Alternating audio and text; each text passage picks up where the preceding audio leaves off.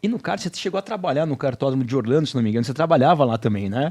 A sua mãe me contou Olha! uma vez que você fazia alguma coisa. O que que você fazia lá? Dava aula? O que que você fazia? Então, quando eu fiz 15 anos, eu sempre fui meio inculcado com esse negócio de poder fazer o meu próprio dinheiro. Sempre quis fazer isso, eu sempre fui muito pão duro. Nunca gostei de gastar o dinheiro do meu pai e tudo, ainda mais depois de saber a história dele. Eu sempre, quando eu era pequeno, assim, sempre me senti muito culpado de, nossa, tô usando o dinheiro que meu pai batalhou pra ter. Então, Normal. quando eu fiz 15 anos, eu meio que fui até o kartódromo e me ofereci para poder testar os karts e igualar os karts.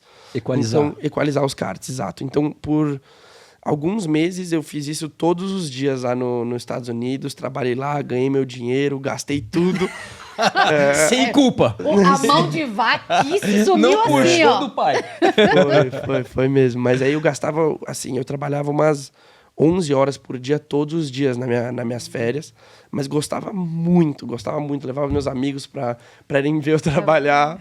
E era muito, muito legal, porque com 15 anos você pode ter um carro, você pode ter a sua carteira de motorista nos Estados Unidos, contanto que você dirija com alguém maior de 21 do seu lado.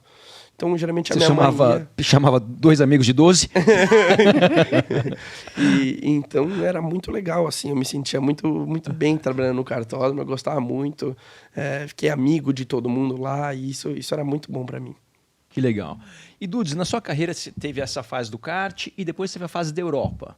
O lugar esse onde seu pai acho que é mais reconhecido e conceituado na Europa do que aqui. Como é que foi para você essa fase de chegar na Europa como filho do Rubinho? Essa foi a época mais difícil da minha vida. Eu acho que, né, eu vivi momentos bons, momentos bonitos, mas eles foram muito raros. A Europa é um lugar muito difícil, muito cruel também. A competitividade, né, o profissionalismo lá são de outro mundo. A gente não vê isso aqui no Brasil e nem nos Estados Unidos. Então, eu vivi momentos muito difíceis lá, onde eu não conhecia a língua, não tinha casa, não tinha carro, não tinha nada. Sentava no carro e era um carro horrível de guiar. e o resultado não vinha, porque geralmente, antes de ir para a Europa, eu morava sozinho nos Estados Unidos e eu andava numa equipe muito boa. Então, eu morava sozinho, era difícil, mas quando eu sentava no carro, eu sentava e tinha um resultado bom. Então, acaba tudo valendo a pena. Então, quando eu fui para a Europa, eu larguei tudo, todos os meus amigos, porque eu estudava nos Estados Unidos também. Então, eu larguei tudo, todos os meus amigos, tudo, e fui morar sozinho. E eu não tinha nada. E nem resultado, nem carro, nem nada. Era tudo muito, muito ruim. Que país você morava? O primeiro ano, em 2021, eu morei na Itália. Novara, que são 30 minutos de Milão. E no segundo ano eu morei na Inglaterra, em Banbury, que era mais ou menos 40 minutos de Oxford, que era pra onde eu ia todo fim de semana, porque o Caio Collet morava lá, então pelo menos ficava com ele.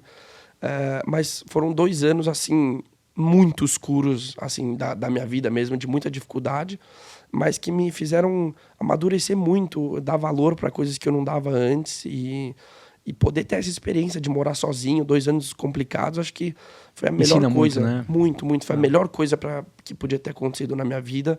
Agora eu olho para trás e vejo isso, né? Na época era complicado, mas agora eu tô andando na Stock Car, tenho patrocinadores incríveis, estou numa equipe incrível, do lado de gente moro junto com a minha mãe agora, então tudo valeu muito a pena, os meus valores foram trocados e tudo valeu muito a pena.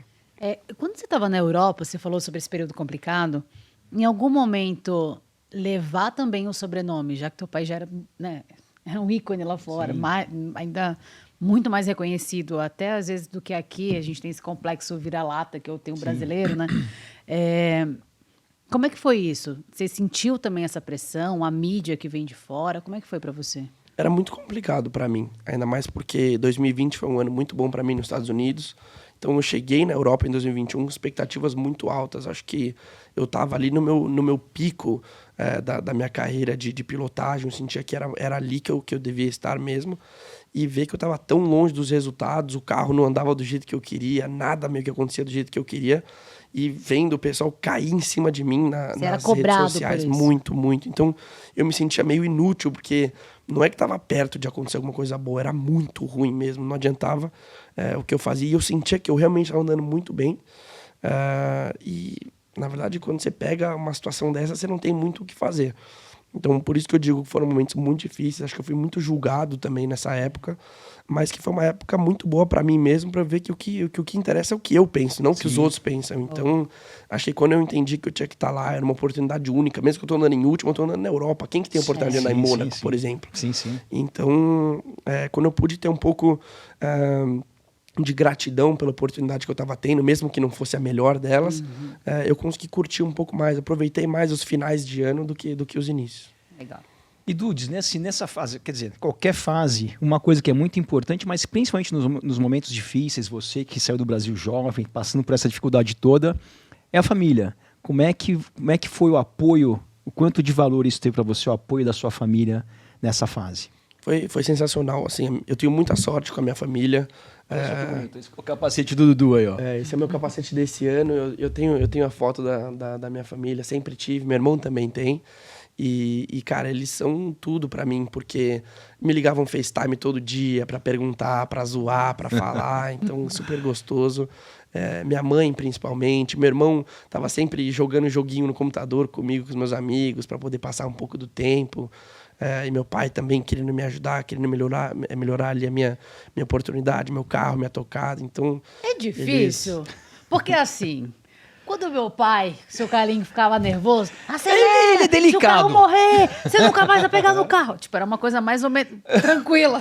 Um pouco mais raiz. Um pouco mais raiz. Nossa, ele saía, batia a porta do carro. Como é que é ouvir isso do pai? Porque assim, eu sei que o pai, no caso, é bem experiente. O seu Carlinho também era. Também. Não desse nível, mas para dirigir na rua era. Mas como é que ouve o pai nessa hora? Porque querendo ou não, é pai e filho. Como é que o Né? comportamento do Rubinho, pai de piloto? E é dele, porque ele tem que ouvir o pai dele. Eu não sei, eu acho que pode ser complicado isso. Então, é complicado. Meu pai, ele é um cara duro. Nunca me cobrou resultado, nunca. Se eu chegasse em 20º ou em primeiro, nunca fez diferença. O que ele sempre me cobrou muito é persistência. Se for fazer um negócio, vamos fazer direito. Então... mas também, ao mesmo tempo, é frustrante para ele, eu entendo. Me ver lá na Europa, chegando lá atrás, também é frustrante. E até o momento em que ele foi lá e viu a situação. E ele falou, realmente, cara, você tá num buraco fundo. e a partir desse momento, acho que tudo ficou muito tranquilo, porque era claro ali que a minha situação era complicado, né? Querendo ou não, você só tem os seus companheiros de equipe que tem o mesmo carro que você. Então, a partir do momento que você é primeiro deles... teoricamente você tá num lugar bom, e eu era primeiro deles, mas eu era 35º. Outros eram 36º e 37º, então não é que era agradável, não ajudava a saber disso, sabe? Então, não consola tanto assim. Foi muito complicado, mas aí no próximo ano, em 2022, foi quando eu mudei de equipe e fui para a Arden. Melhorou um pouco, era uma equipe que dava para andar no top 15. Era uma equipe onde tinha um carro que às vezes era melhor do que em outras pistas. Tive algumas oportunidades boas, como em Spa, era um carro bom, a gente subiu no pódio. Em Red Bull Ring também fizemos uma pole. Então era um carro que às vezes ele aparecia e às vezes não. A última etapa do campeonato, a penúltima etapa eu cheguei em 5º e a última eu cheguei em 30º. Então, consistência. E é engraçado mais ou porque... menos nosso palpitômetro. Exato, a gente vai arriscar, o cara some. Mas é complicado porque todos os da equipe faziam isso. Nós éramos em 13 e eram 2 outros pilotos bons, um paraguaio muito bom e um mexicano que era Red Bull Júnior. Então, pessoalzinho que acelerava também. Sim. Então, a gente estava sempre meio junto e em cima, embaixo, todos os lugares. Todos de mão dada.